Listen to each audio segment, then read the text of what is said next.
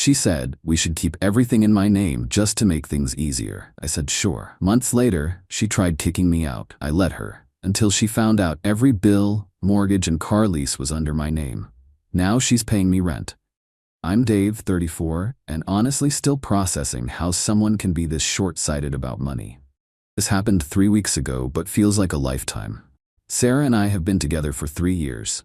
She's 31, works in marketing, makes decent money, but has always been obsessed with appearing successful and in control.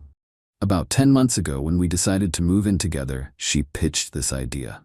Dave, I'm really good with paperwork and organizing. Why don't I handle all the accounts and bills, just to keep everything streamlined? Made sense. She was detail-oriented, and I hate dealing with utility companies. Here's where I made what she thought was a mistake, but was actually the smartest move I ever made. The apartment we wanted was expensive. With my income being about 50% higher than hers, the landlord required me as the primary leaseholder. Sarah's name went on as an authorized occupant.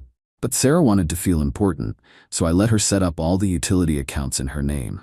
Electric, gas, internet, water, all under Sarah Mitchell. She loved the control. The car situation was similar. Sarah's Honda was dying and she needed something reliable. We found a nice certified pre-owned Camry. The financing required my income and credit for approval.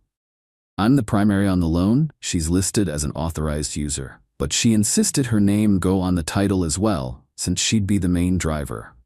For 10 months this worked fine. I paid rent directly to the landlord, then transferred Sarah money monthly to cover the utilities in her name. Paid the car note directly. She handled calling companies when there were issues. She loved telling people about her bills and her car and how she managed everything. I just smiled and went along with it. 3 weeks ago, that arrangement blew up spectacularly. Sarah's been distant lately. More time with coworkers, especially this guy Marcus from her team. Working late weekend projects. I wasn't going to be that boyfriend who accuses without proof. Then I got the proof in the worst way possible. I was using her laptop to check my email because my phone was dead. Her messages app was synced and a text from Marcus popped up. Can't wait for our weekend trip. Finally told my wife I'm working late Friday. My stomach dropped. I opened the message thread. 3 weeks of planning secret meetups, talking about their connection, and discussing me like I was just in the way. The final exchange was brutal. Marcus, you should just end it with Dave. You've got everything set up already. Your own place, your own bills, your own car. You're basically independent. Sarah's response, you're right, I'll handle it this weekend. I sat there staring at this for maybe 20 minutes. The hurt was real, but anger was bigger. She was planning to dump me, using the independence I was actually funding as her reason. That calculating part of my brain kicked in. She wanted to play games with who controlled what. Game on.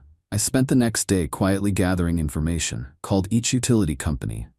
Hi, this is Dave Peterson. I need to understand the billing structure for the account under Sarah Mitchell's name that I've been paying through bank transfer. Turns out, when you're not on the account, you can just stop paying. No obligation notice required. The car loan was even better. I called the finance company. Since I'm the primary borrower, I have the right to review payment options. Asked them to send all correspondence to my address only going forward. That weekend, Sarah announced she was going to a work retreat until Sunday night. I knew exactly where she was going. While she was gone, I made my moves. First, I stopped the monthly transfer to her checking account that covered utilities. Then I called each utility company. This is Dave Peterson. I've been making payments for account holder Sarah Mitchell through personal transfers. I'm discontinuing those payments effective immediately. Please send all notices to the account holder. By Monday, Sarah had no idea the money train had stopped. 3 weeks passed. Then the bills started arriving. Thursday evening, Sarah came home looking stressed. Dave, something weird happened. The electric company sent me a past due notice for like $280, but I thought you paid utilities? I transfer you money. You pay utilities. But you didn't transfer anything this month. That's correct. She stared at me. Why not? I pulled out my phone, showed her the screenshots of her messages with Marcus. Her face went completely white. Since you and Marcus think you're so independent with your own place and your own bills, I figured you could handle actually paying for them.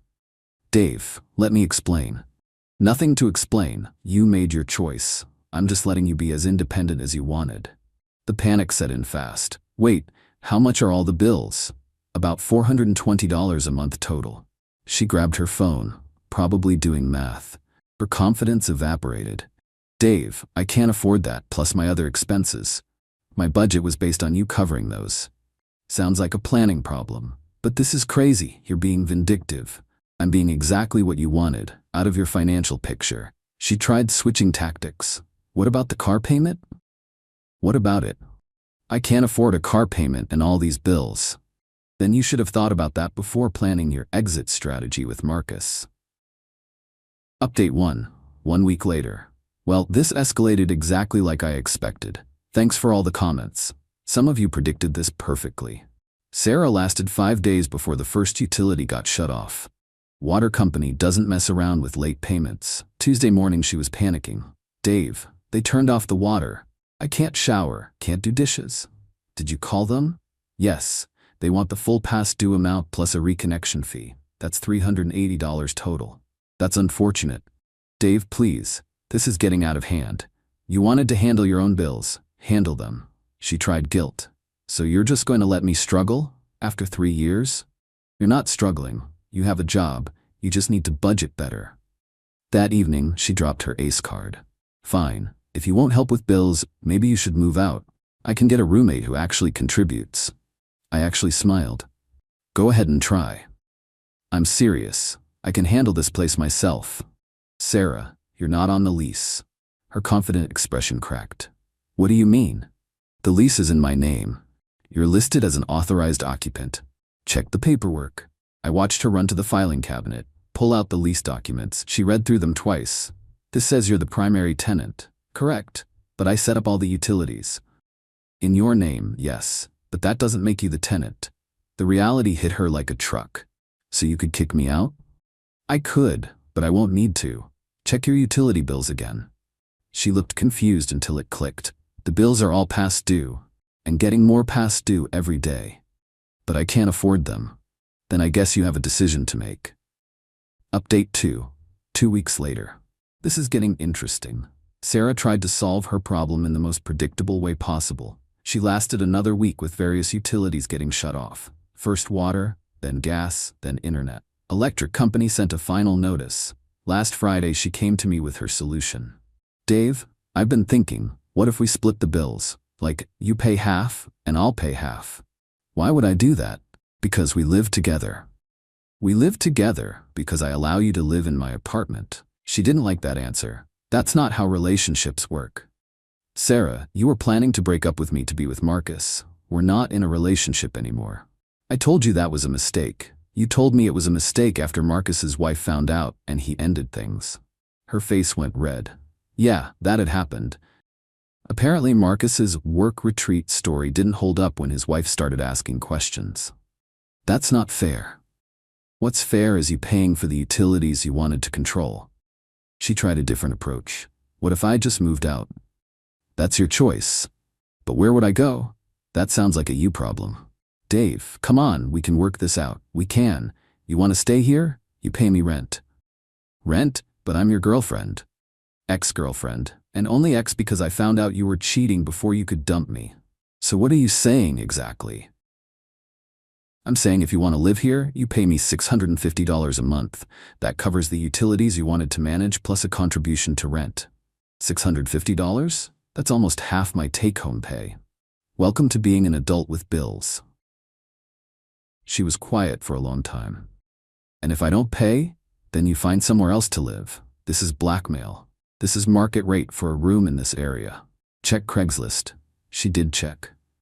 Came back an hour later looking defeated. Fine, but I need a few days to get the money together.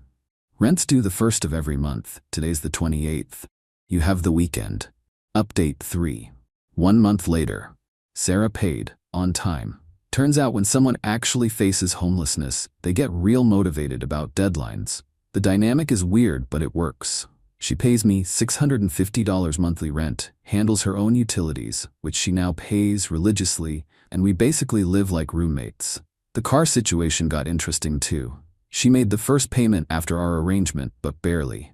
Second payment she came to me. Dave, about the car payment. It's really stretching my budget. Okay. Could you maybe take it back over? Why would I do that? Because you're on the loan anyway. Sarah, you wanted your name on everything. The title has your name. It's your car. But I can't afford it with rent and utilities. Then sell it and get something cheaper. She looked up the car's value. I owe more than it's worth. That's called being upside down on a loan. Also your problem. Last week she asked about reducing the rent. My expenses are really tight. Could we do $500? This isn't a negotiation, Sarah. It's $650 or you find somewhere else. But Dave, we used to split everything. We used to be in a relationship. Now you're my tenant. The best part is how this solved my original problem completely. I wanted a partner who contributed equally. Now I have a tenant who pays me rent and takes care of her own expenses. Sarah learned that independence costs real money. Having your name on paperwork doesn't make you independent if someone else is paying the bills. The Marcus situation died predictably. Turns out he was way less interested when she became financially stressed and couldn't afford to go out anymore. She mentioned it during last month's rent payment. Marcus and I aren't talking anymore. Okay. He said I was too complicated. Makes sense. Dave, I know I messed up. Do you think we could try again? I looked at her. A month ago she was planning to dump me for a married man. Now she was paying me rent and asking for another chance. Sarah, you're welcome to stay here as long as you pay rent on time, but we're not getting back together. Why not? Because you showed me exactly how you think about relationships. Something to use until something better comes along. I've learned my lesson. Good. That'll make you a better tenant. Final update, 2 months later. Time to wrap this up. It's been 2 months since Sarah tried to leverage her independence to break up with me. She's paid rent on time every month, $650 exactly, no complaints. Amazing how quickly someone learns responsibility when they actually face consequences. The car payments have been interesting to watch. She's made them, but I can tell it's killing her budget. Last week she asked about selling it. I found someone who might take over the payments. That's between you and the finance company. But your name is on the loan. As the primary borrower, yes, which means if you stop paying, they come after me. So you won't let me sell it? I didn't say that. I said it's your problem to solve. She looked into transferring the loan.